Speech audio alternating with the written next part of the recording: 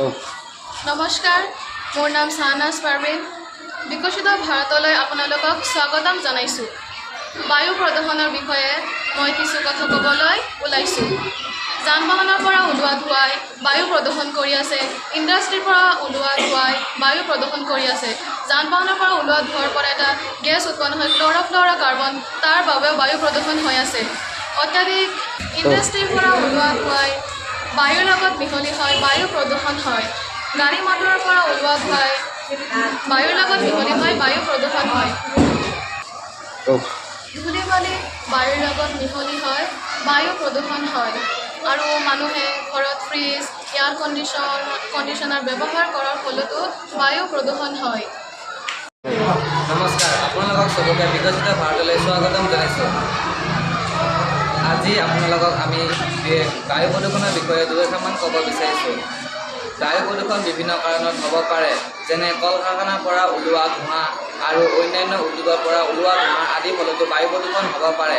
বায়ু প্ৰদূষণৰ বাবে আমি চৰকাৰে নহয়, আমিও নিজে কিছুমান কৰ্তব্য হাতত ল'ব লাগে, যেনে গছপুলি ৰোপণ কৰা, ঘৰত ব্যৱহাৰ কৰা এচি ফ্ৰিজ আদি কমকৈ ব্যৱহাৰ কৰা আদি।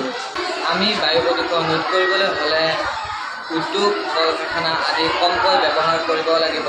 আৰু তাৰ উপৰিও উদ্যোগ, কল কাৰখানা আদিৰ পৰা ওলোৱা ধোঁৱা চিলমিৰ সহায়ত আমি বায়ু প্ৰদূষণ ৰোধ কৰিব লাগিব।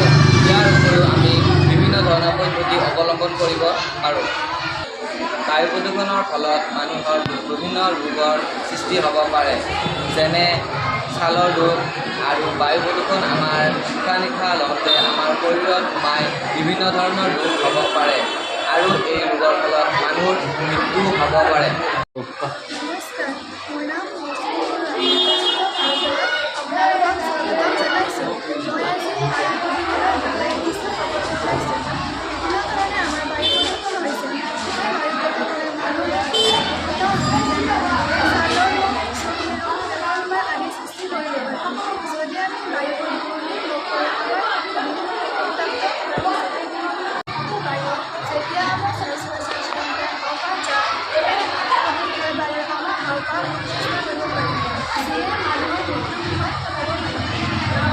বায়ু প্ৰদূষণ ৰোধ কৰিবলৈ হ'লে আমি গাড়ী মটৰ কম ব্যৱহাৰ কৰিব লাগিব, কম ব্যৱহাৰ কৰিব লাগিব, যান বাহনৰ পৰা ওলোৱা ধোঁৱা।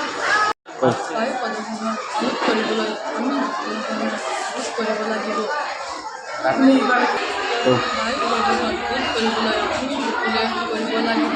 বায়ু প্ৰদূষণ ৰোধ কৰিবলৈ আমাৰ সকলোৰে প্ৰয়োজন হ'ব লাগিব।